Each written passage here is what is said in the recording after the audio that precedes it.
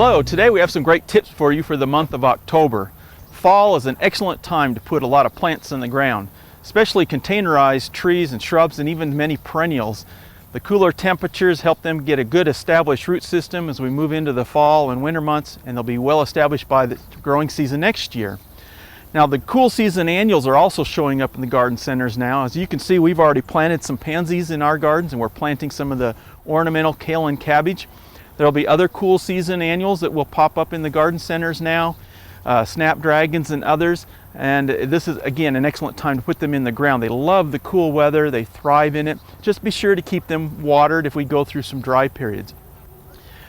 Also, you want to plant those spring flowering bulbs. You can plant those right in among your cool season annuals. So things like tulips, daffodils, hyacinths, etc.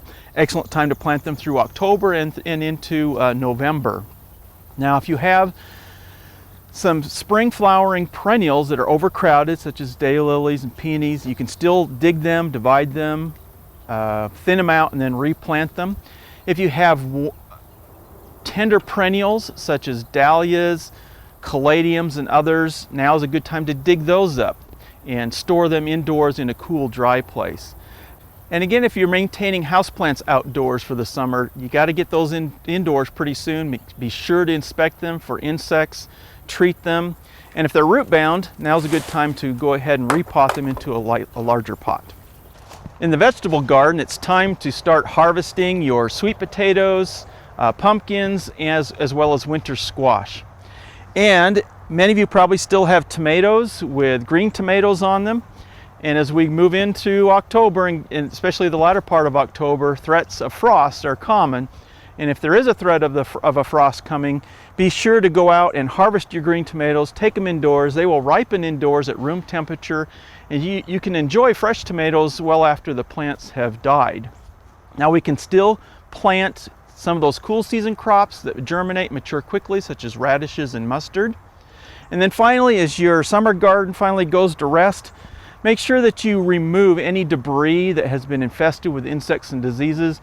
Get them out of the garden, destroy them. We do not want to overwinter those pests so that they will reinfect our plants again next year.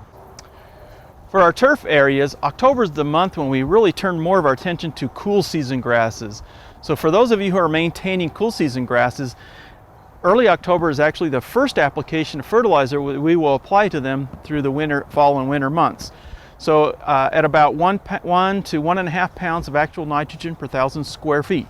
We do not want to apply any fertilizer to our warm season grasses at this time. If you're wanting to replant, overseed, or establish a new cool season grass like fescue, again, October is an excellent time to do that. We also want to lower our mowing height for our cool season grasses for the fall and winter, at about 2.5 inches. And then finally, the broadleaf weeds that are showing up in the lawn areas, with the cooler temperatures, that makes it an excellent time to treat them or control them with the broadleaf 2,4-D types of herbicides that are available.